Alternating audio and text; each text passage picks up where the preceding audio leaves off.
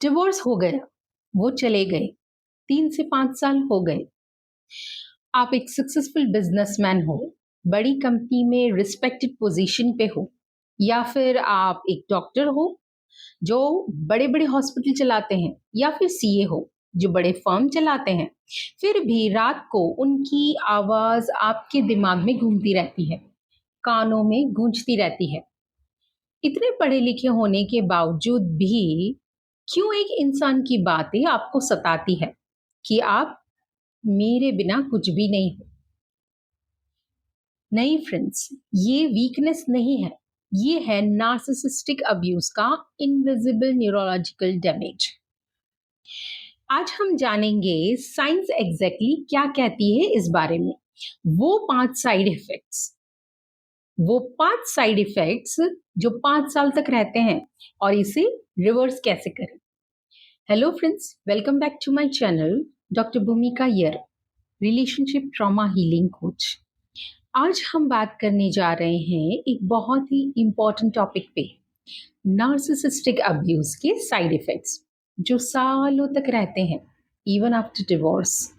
चलिए कहानी से शुरू करते हैं। मिताली 38 इयर्स की, एमबीए, सीनियर मैनेजर एक बड़ी कंपनी में। डिवोर्स हुए 3 साल हुए, नया घर लिया, नई गाड़ी, सब कुछ सॉर्टेड लगता है बाहर से। लेकिन रात को जब वो अकेली बैठती है तो एक ही सवाल आता है, मेरे साथ ऐसा क्यों हुआ? उस इंसान की बातें मुझे इतनी क्यों परेशान कर रही है? तो ऐसा क्यों होता है? चलिए जानते हैं। Side effect number 1, your brain gets rewired. जब आप नार्सिसिस्टिक अब्यूज से गुजरते हैं तो आपका जो एमिगडाला है, यानी ब्रेन का डेंजर डिटेक्शन सेंटर, वो हाई अलर्ट पे रहता है कॉन्स्टेंटली। रिसर्च कहती है कि नार्सिसिस्टिक अब्यूज सर्वाइवर्स का ब्रेन लिटरली चेंज हो जाता है, एमिगडाला ओवर एक्टिव हो जाता है। यही वजह है कि आप छोटी छोटी बातों पर एंशियस फील करते हो। थोड़ा सा भी कोई ऊंची आवाज में बात कर ले तो आपका दिल जोर जोर से धड़कने लगता है, क्योंकि आपके ब्रेन ने ये सीखा है कि हर छोटा बदलाव that is equal to danger. ये लेजीनेस नहीं है, ये ब्रेन डैमेज बिल्कुल भी नहीं है, लेकिन ये क्या है? ये सर्वाइवल रिस्पॉन्स है जो आपको पहले बचाता था, लेकिन अब क्या हो रहा है? यही रिस्पॉन्स आपको स्टक कर रहा है। मिताली को यही हो रहा था। उसकी टीम में कोई भी कैजुअली कुछ बोल दे, ये ठीक नहीं किया आपने, और वो पूरा दिन एंजाइटी में रहती थी। उसका ब्रेन अभी भी criticism is equal to danger में चल रहा था। और ये तो बस शुरुआत है। साइड इफेक्ट नंबर 2 और भी डेंजरस है। Side effect number 2, trauma bond remaps your dopamine. Trauma bond आपकी डोपामिन सिस्टम को रीमैप कर देते हैं। ये सबसे कंफ्यूजिंग साइड इफेक्ट है, क्योंकि यही वजह है कि आप जानते हैं कि वो इंसान टॉक्सिक है, उसकी एक मीठी बात सब कुछ बुला देती है। साइंस क्या कहती है?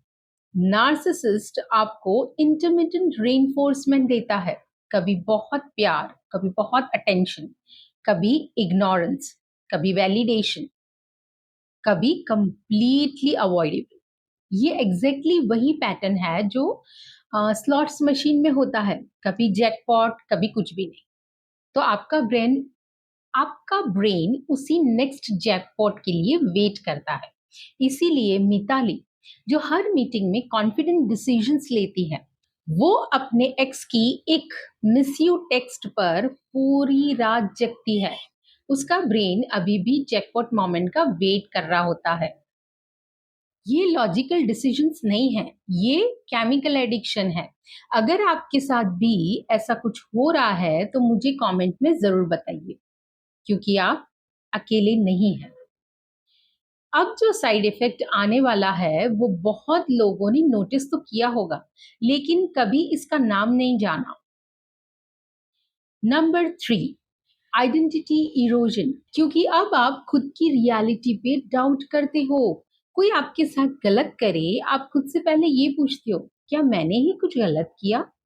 इसे कहते हैं सेल्फ गैसलाइटिंग, जब नार्सिसिस्ट की आवाज आपके अंदर बस जाती है।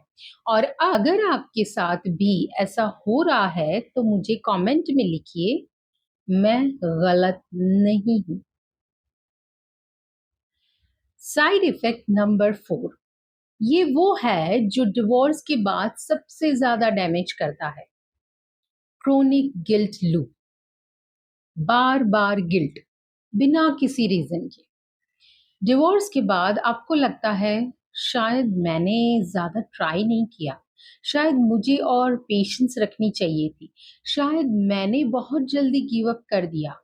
ये गिल्ट कहाँ से आती है?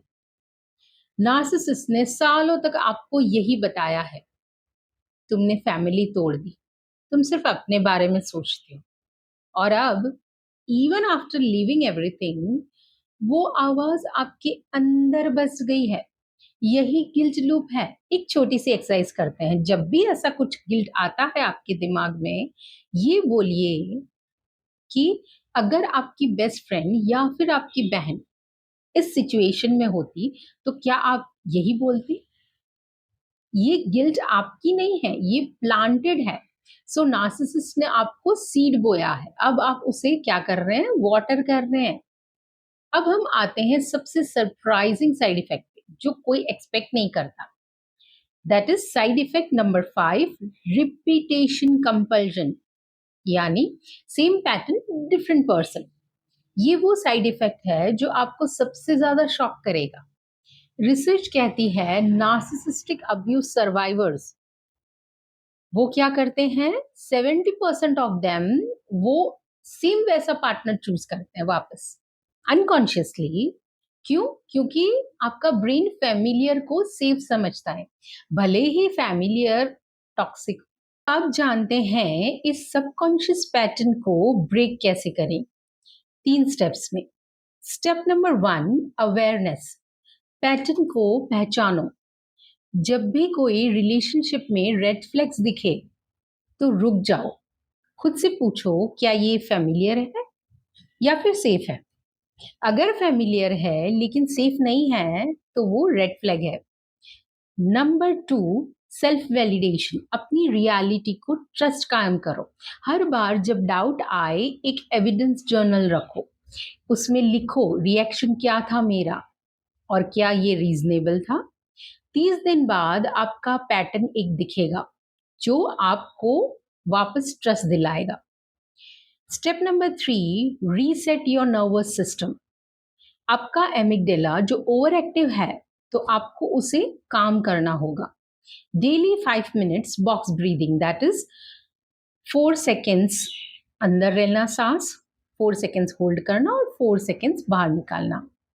नर्वस सिस्टम को 6 हफ्तों में सिग्निफिकेंटली रीसेट कर सकता है अगर आपने रेगुलरली किया तो। ये 3 स्टेप्स सिंपल है लेकिन रेगुलरली किए जाए तो ये बहुत ही पावरफुल है और यहाँ से आपकी हीलिंग की शुरुआत होती है।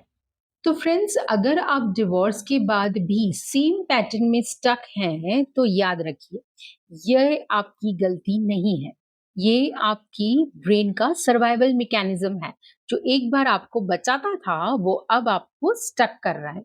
लेकिन अब आप जानते हो तो आप ब्रेक कर सकते हो इस पैटर्न को। अगर आपके साथ भी ऐसा कुछ हो रहा है तो मुझे कमेंट में ज़रूर बताइए, कौन सा साइड इफ़ेक्ट है जो आपने सबसे ज़्यादा फ़ील किया। मैं हर कमेंट पढ़ती हूँ और अगर आपको लगता है कि आप प्रोफ़ेशनल हेल्प चाहिए तो आप मेरे साथ कॉल बुक कर सकते हैं, लिंक डिस्क्रिप्शन में है। इस वीडियो को लाइक करें, सब्सक्राइब करें और बेल आइकन ज़रूर दबाएँ ताकि अगली वीडियो आप तक पहुँचे। ये वीडियो उन लोगों के साथ शेयर कीजिए जिन्हें इसकी सबसे ज़्यादा ज़रूरत है। And the most important thing, do take good care of yourself because nobody can do better than you. Thank you. Jai Hind.